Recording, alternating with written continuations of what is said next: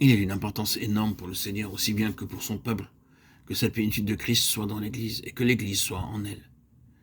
Mais il y a tant d'enfants de Dieu qui ne veulent pas accepter ces voies, ou qui sont liés si fortement par ce qui est de l'homme dans le christianisme. C'est sur cela que nous arrêtons maintenant. Le dessein de Dieu est lié en premier lieu aux vainqueurs, c'est-à-dire à ceux qui veulent accepter toute la signification de la croix et payer le prix, non pas de leur salut, mais d'une fidélité absolue au Seigneur et à toute sa pensée.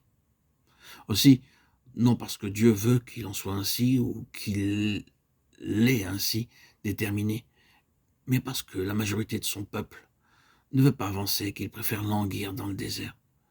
L'héritage entier est à celui qui vaincra. Pour en revenir aux types qu'ont été Josué et Caleb, qui furent de toute une génération les deux seuls hommes qui entrèrent dans le pays pour le posséder, ils furent de toute la multitude qui avançait les seuls héritiers parmi le peuple de Dieu au désert. Ce n'est pas le salut qui nous est montré comme ayant été perdu, mais l'héritage, le trône, l'autorité.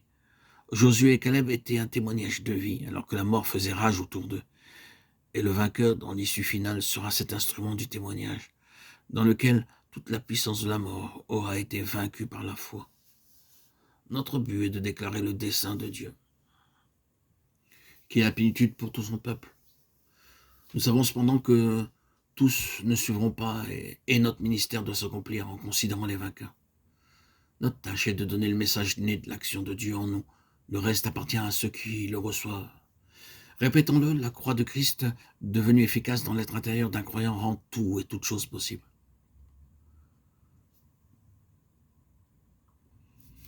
Lorsque le Seigneur fait pénétrer en nous de manière vivante quelque chose de son ordre céleste, que ce soit pour un commencement ou en vue d'un rétablissement, il le fait avec des preuves si évidentes que la chose procède de lui-même, que nous ne pouvons jamais l'oublier.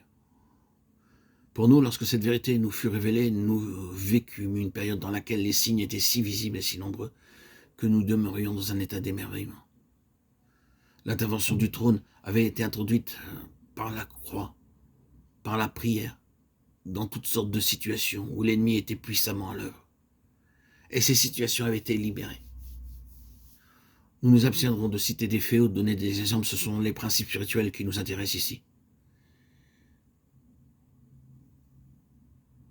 Et ainsi, nous demeurons dans le témoignage positif de la souveraineté absolue de Christ dans tout l'univers et dans notre compréhension du sacrifice de Christ, de sa crucifixion, de sa résurrection.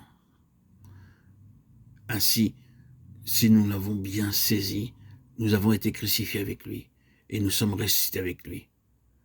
Et nous sommes unis à lui dans notre union sur son trône.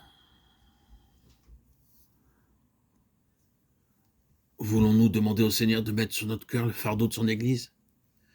Et voulons-nous l'invoquer en sa faveur chaque jour? Si cela est possible, cherchons à nous réunir à quelques-uns pour cette intercession, en nous rappelant la valeur spéciale de la prière corporative. Si deux d'entre vous veulent se réunir, que la grâce de notre Seigneur Jésus-Christ soit avec nous tous.